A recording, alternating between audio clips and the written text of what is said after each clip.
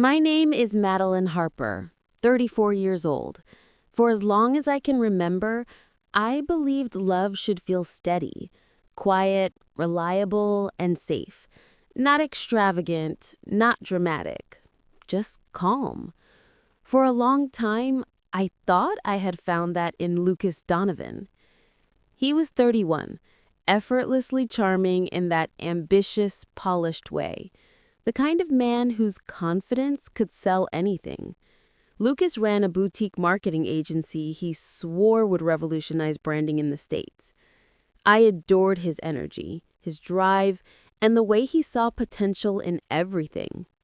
What I didn't notice, at least not at first, was how much his charm often masked his insecurity.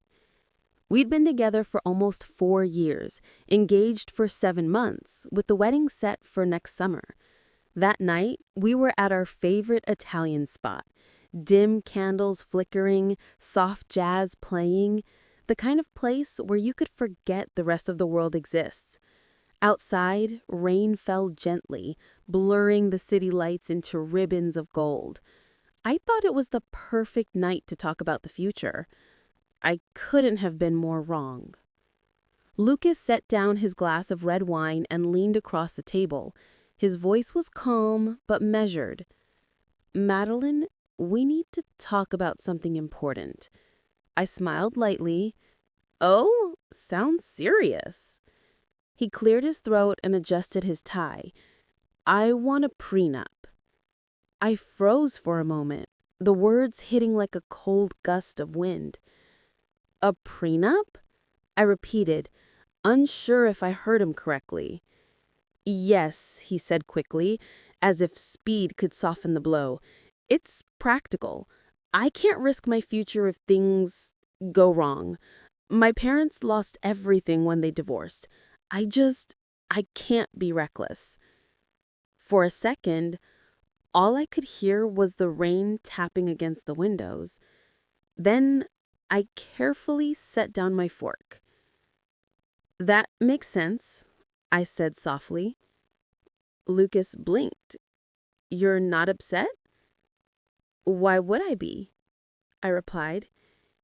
"You're protecting what's yours. That's smart." His shoulders relaxed. He smiled, relief spreading across his face. "Exactly. I knew you'd understand." Inside me, though, a tiny part of something shifted.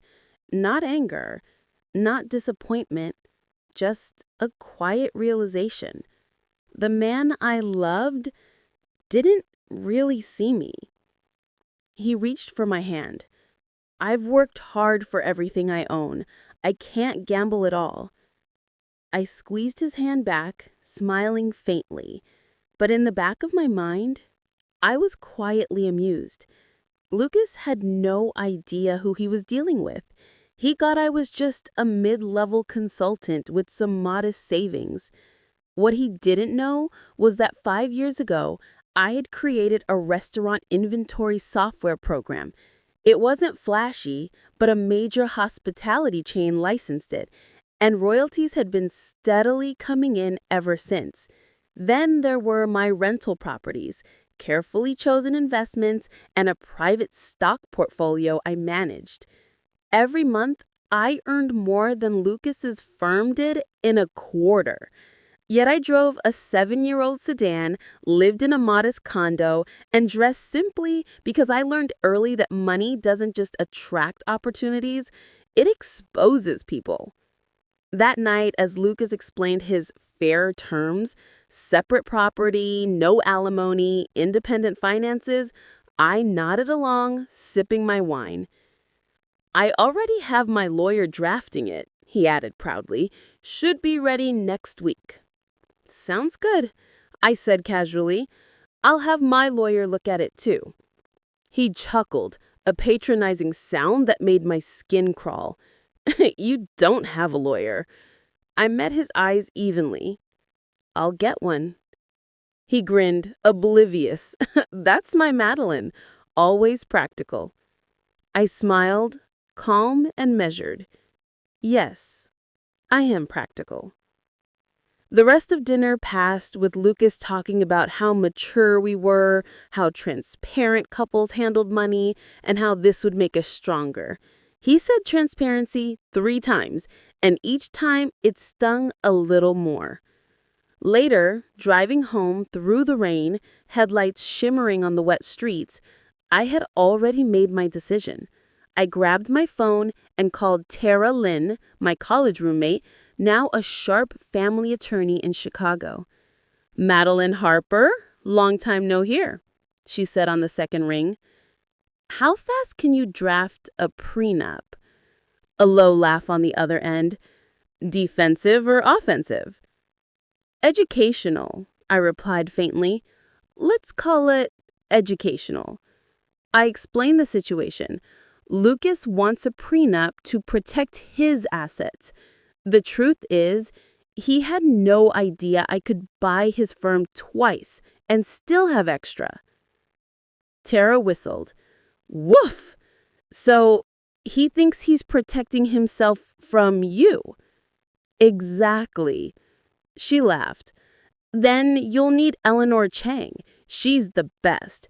I'll connect you tomorrow. And Madeline, don't sign anything yet. Let him walk right into his own reveal." I exhaled, a small smile forming. For the first time that night, I felt a sense of control. The storm outside softened, but my mind didn't. For the first time, I wasn't just thinking about love. I was thinking about leverage. Lucas thought he couldn't gamble his future on me. He had no idea I was the house. The next week, Lucas walked around thinking he had everything under control. Little did he know, I was preparing a storm he could never see coming. Subscribe for more stories like this. Over the next few days, I collected every document, every contract, every financial record. Software licenses, rental agreements, stock portfolios. My printer hummed like a storm as I prepared the one thing Lucas never expected: full financial disclosure. When Tara introduced me to Eleanor Chang, I knew immediately she was the right ally. Late 40s, calm voice, eyes sharp enough to cut glass. She reviewed everything silently, then smirked. "Your fiancé thinks you're after his money." I nodded. Eleanor chuckled. "This is going to be fun." Within 48 hours, she drafted a counterproposal, fair, balanced, and precise, with one twist. Both parties must provide complete financial disclosure before signing. I arrived at the meeting in a soft gray blazer, simple gold jewelry, no logos, no flashy accessories. My goal wasn't to impress, it was to disarm. Lucas showed up like a walking billboard for success. Navy suit, slicked hair, watch glinting, ready to dominate. His lawyer, Mr. Garrett, older and stern, greeted me with a handshake that felt more like a warning. Lucas leaned over and whispered, "You look amazing." I nodded politely, sitting across from him, my posture calm, my gaze steady.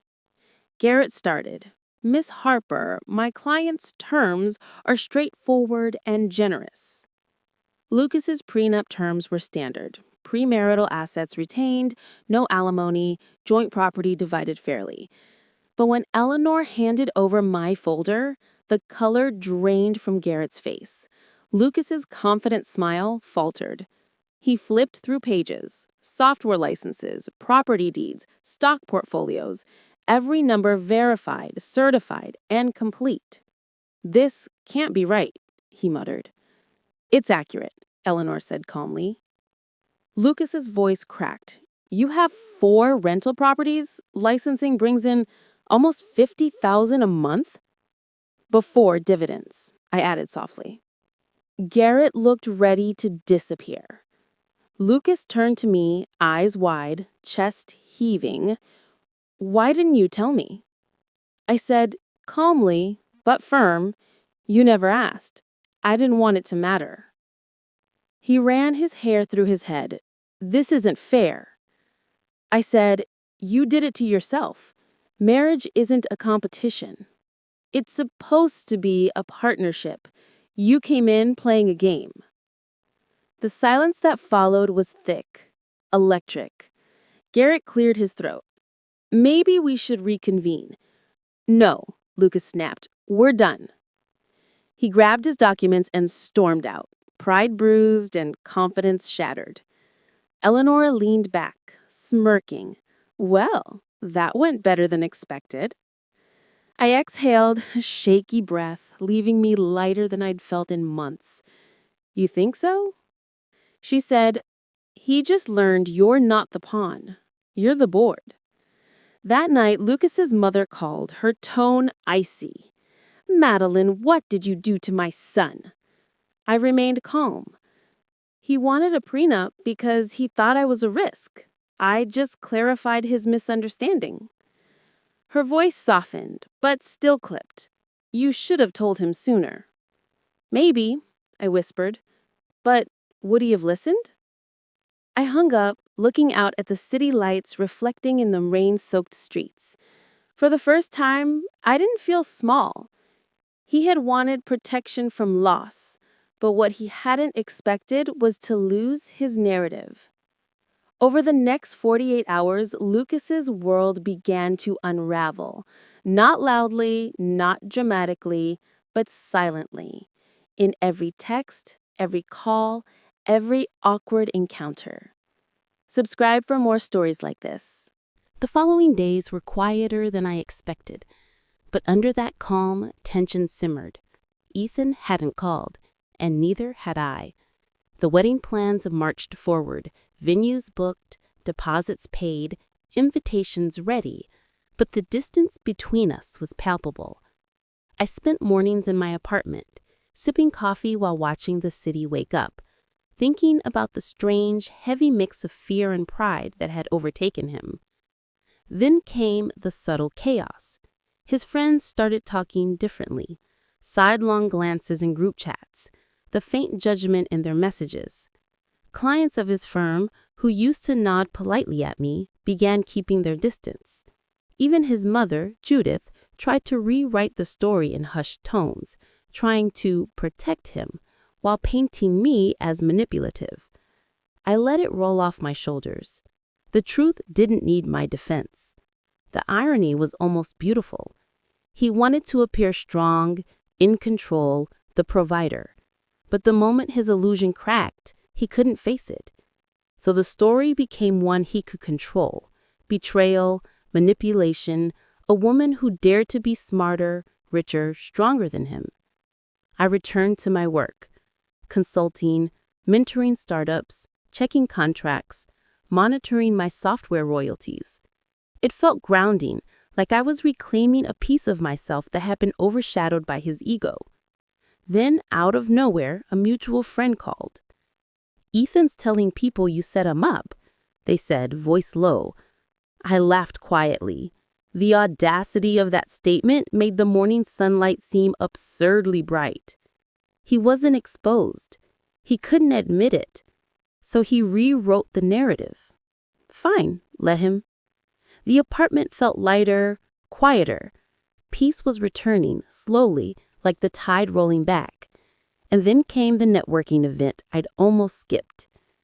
Medical tech, messy, chaotic, urgent.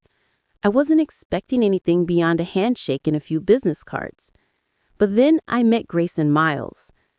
Grounded, calm, unshakable, in a way I hadn't realized I craved.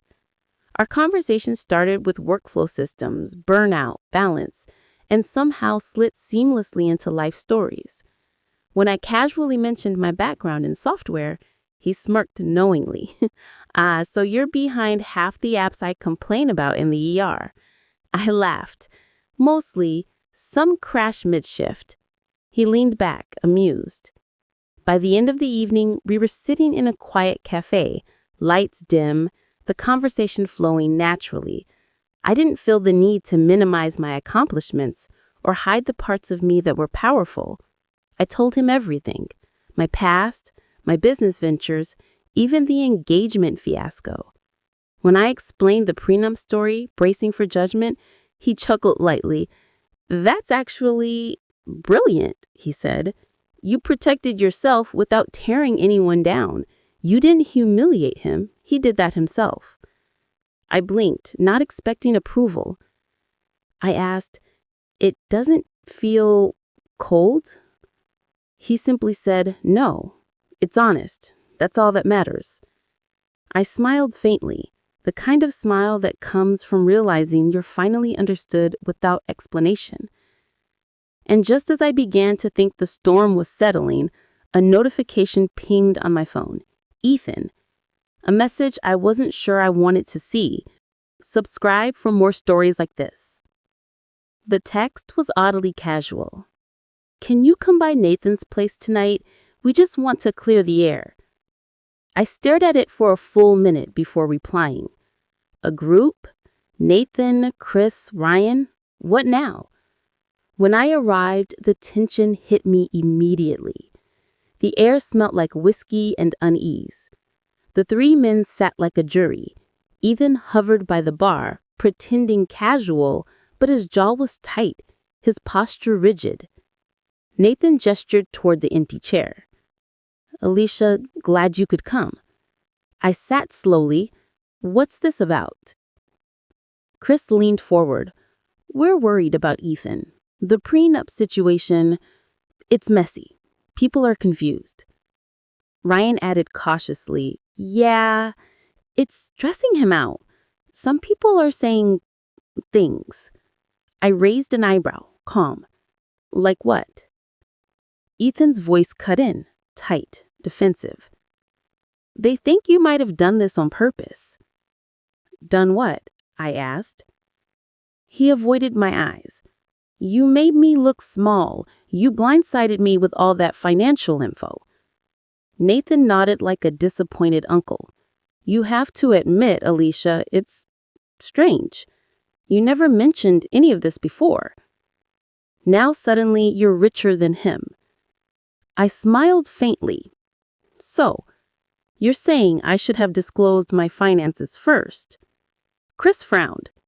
It's not that simple. Actually, I said it is.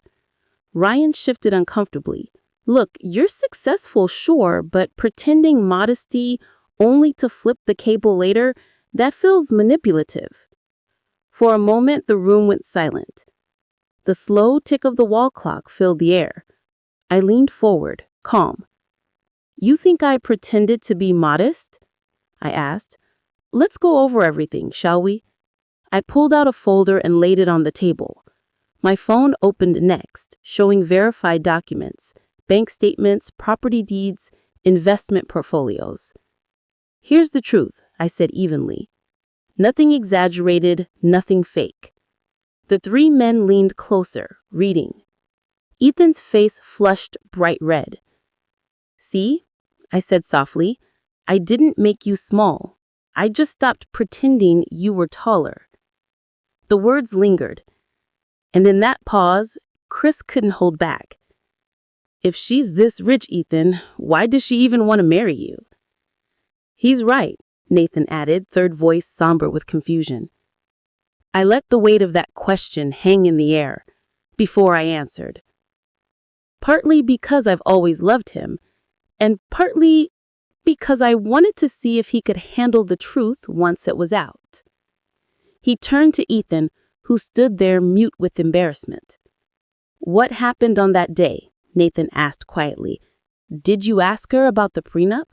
Ethan snapped. What's that supposed to mean? I didn't mean it like that, Chris mumbled, stumbling. She could have anyone. Not good enough, Ethan barked. Nathan tried to mediate. That's not what he's saying. Yes, it is, Ethan cut in, voice cracking. You see what you've done? Now everyone thinks I'm a joke, some charity case. I took a steady breath. Ethan, I told the truth. If that threatens your ego, that's not my fault. He laughed bitterly. Ego? That's rich coming from you. I tilted my head, letting the statement land. The tension was unbearable, but I didn't flinch. No, Ethan, I'm done pretending. You wanted a prenup because you didn't trust me. Maybe now you understand why I couldn't trust you either." He muttered something I couldn't quite hear. Nathan cleared his throat. "Maybe we should end this here." I nodded, gathering my things. "Agreed." Before leaving, I looked at him one last time. Pride had been his fortress. I had finally stopped knocking. "You wanted transparency. Now you have it. Congratulations." I walked into the cool night air. The city shimmered below, wet streets reflecting neon lights. I didn't cry. I didn't tremble. For the first time, I wasn't reacting. I was deciding. And in that quiet moment, I realized love isn't about avoiding the feeling of being small. It's about standing tall when someone else refuses to see you as an equal. Subscribe for more stories like this.